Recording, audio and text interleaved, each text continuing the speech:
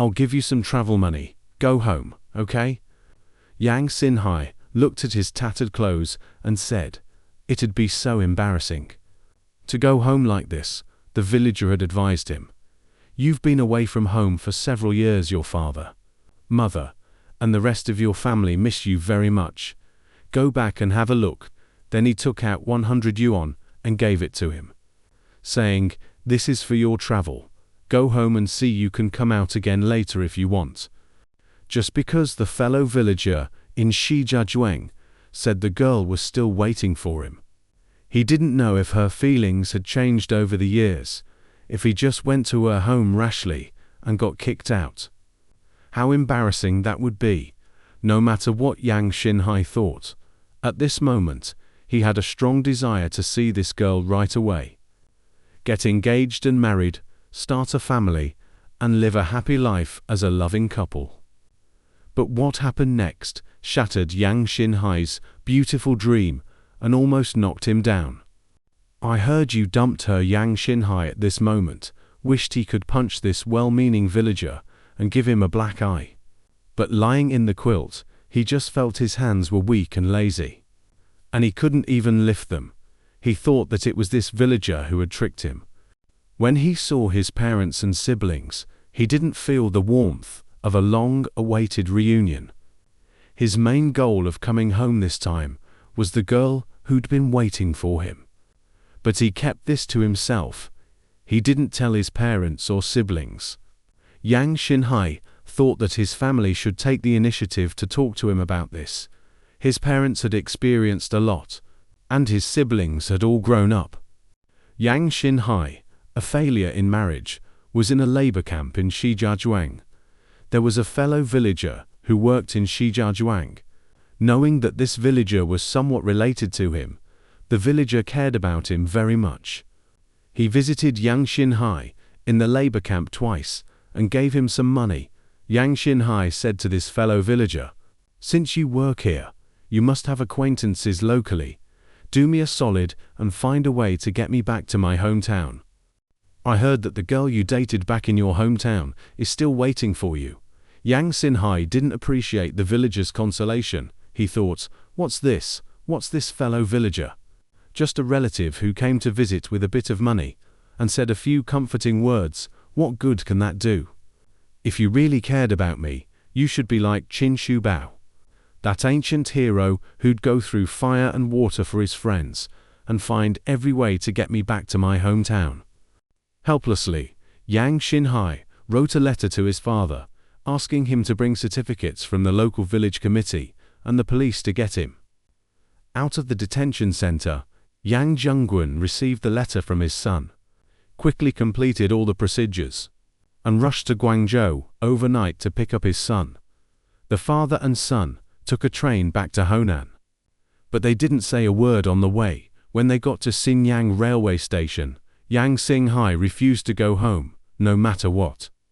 Later, the villagers who remembered Yang Xinhai working at the brick factory said that he worked very hard, bare-chested and wearing shorts. In fact, he regarded this heavy physical labor as a way to vent his grievances and humiliation.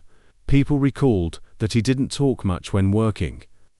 If someone talked to him, he'd reply briefly. If no one did, he'd just keep his head down and work after working there for a while. Yang Xinhai couldn't stand the double pressure on his mind and body anymore. Yang Xinhai especially resented the girl he'd once dated. He thought that she got married right in front of him after he came home just to make a fool of him, make him feel bad, make him lose his self-esteem, and make it impossible for him to live a normal life from then on. The hatred for women took root in Yang Xinhai's heart like a seed throughout the Spring Festival. Yang Xinhai was in a gloomy mood. Right after the Spring Festival, he wanted to go out again. The girl's father was the boss of the village brick factory, and the family was quite well off. Yang Xinhai knew this girl. She was not only good-looking, but also sensible, and was well known as a good girl around the area at that time. Yang Xinhai was only 15 or 16, still a minor and in junior high school. Due to the family's financial difficulties and an uncertain future, he said it wasn't the right time to date and that they should wait a couple of years. Even if I have to stay in a labor camp there, it's better than being all alone thousands of miles away, the villager said. This might not be easy. Not only do I not work in the political and legal organs, even if I did, with it involving Hubei, it'd still be tough. Yang Xinhai coldly replied, if it's that hard, then forget it, the villager advised him. It's just a year at most, it'll pass quickly. Work hard in the labor camp until your term is up, and I'll come to pick you up. After that, Yang Zhongguan never heard from his son again. Many letters his family sent to him were all returned. Please provide the specific Chinese narrative text story _text that needs to be translated. Didn't they know the truth that a man should get married when he's old enough, and a woman should get married when she's of age? Didn't they know that he was an older than average single man? Shouldn't they care about him, a relative who'd been wandering outside for years? Yang Xinhai didn't even offer to visit the girl's home. He thought that they'd lost contact for years. His father asked him, if you don't go home, where will you go? Yang Xinhai said, the world is so big, where can't I support myself? His father couldn't persuade him, and had to let him go, with tears in his eyes. His father said goodbye to his son, and went back to the old house he'd lived in for many years, about a year later. Yang Xinhai sent a telegram from Chengdu to his father, asking him to pick him up at a guest house in Chengdu. But when Yang Zhongjun got to Chengdu, he didn't see his son. Yang Xinhai took the money without even saying thanks, and just turned around and left after saying goodbye to the villager. Yang Xinhai didn't buy a ticket home instead. He used the money the villager gave him for the journey home to stay on in Shijiazhuang during the day. He wandered aimlessly on the streets at night. He slept in the square or the waiting room at the railway station. The over 100 yuan was quickly spent. So he ran away from home again one morning after breakfast. He told his parents that he was going to the brick factory to work with 2 changes of clothes as soon as he left the village. He headed straight for Zhengyang County when his father went out to look for him at night. He was nowhere to be found after leaving home this time. Yang Xinhai went directly to Guangzhou. He still had no fixed place to live and just wandered around, making a living by doing odd jobs and stealing. At noon, his parents asked him to get up and eat dumplings, but he said he had a headache and didn't even want to eat the New Year's dumplings. The next day was the Spring Festival.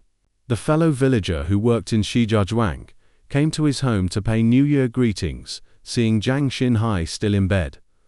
He came over and asked, Xinhai, why aren't you up for the New Year? Yang Xinhai said irritably, just too lazy to get up, the fellow villager asked with concern. That girl got married yesterday. After about a year of such a wandering life, he was caught while trying to steal and sent to a detention center in Guangzhou. A detention center is different from a jail.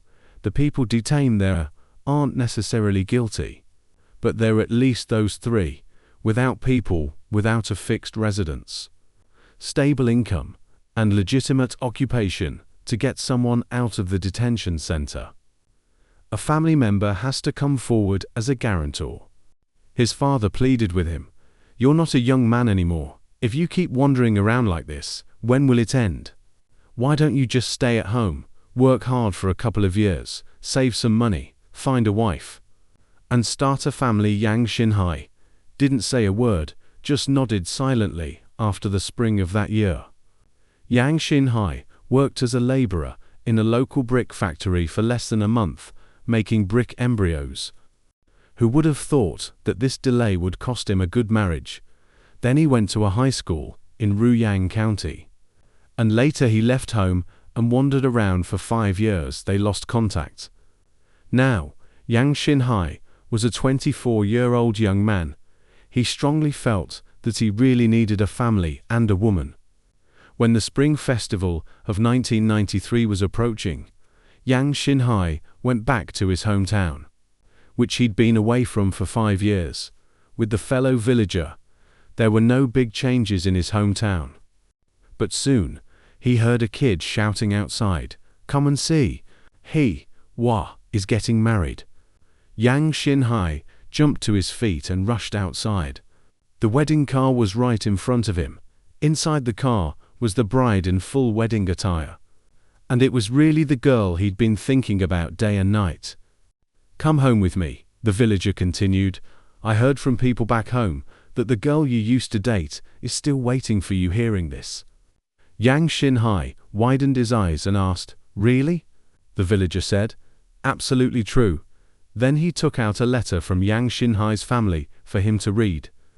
Yang Xinhai read it silently for a long time and then said, "Let's go home." Back when Yang Xinhai was in junior high school, an elder with high prestige in the village introduced a girl to him. He had so much talent, but his parents just didn't have the ability to support his education. His siblings only cared about themselves and didn't show any brotherly or sisterly love. He'd been wandering outside for years and been in labor camps several times, but none of his siblings ever came to see him when he came back home. None of them put themselves in his shoes and helped him. The more he thought about it, the more he felt that life in this world was really meaningless. You're just talking without knowing how it feels to be under control inside. But when he thought that there was a girl waiting for him back home, he filled his heart with beautiful hopes for the future. So he settled down and reformed, just longing for an early release.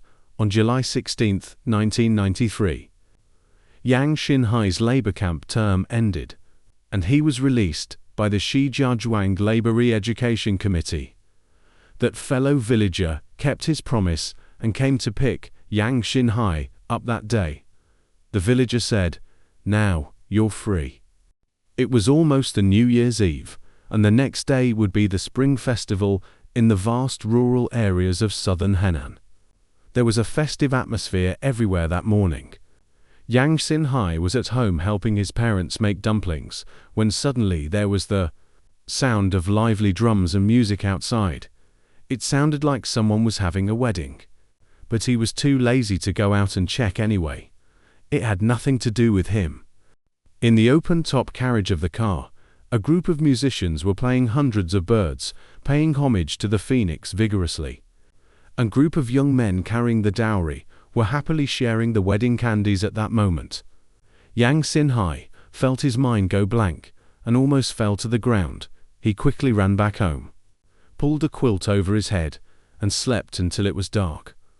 Not only would he never find a wife again, but how could he ever hold his head up in the village from now on?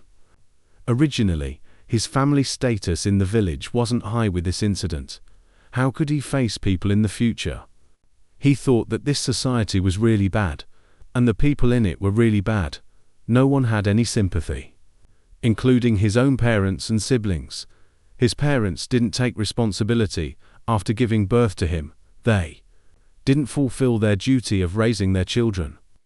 Although he seemed to care about him on the surface, visiting him in the labor camp in Shijiazhuang, giving him money, and offering consolation, in fact, it was him who spread the news of his being in the labor camp in Shijiazhuang. As a result, the news spread all over the village. The girl thought it was shameful and left him now. Surely, all the more than 200 families in the village knew that he'd been in a labor camp in Shijiazhuang. Having no other choice, he went back to his old ways and got on a bus to start stealing the fellow villager. Through communicating with Yang Xinhai's family, learned that he hadn't gone home and started looking for him everywhere once. When Yang Xinhai got on a bus to steal, the villager saw him. The villager grabbed his hand and took him back to his own home. He earnestly advised Yang Xinhai, "Xinhai, you're not a kid anymore. You can't just keep messing around like this. The Spring Festival is coming soon.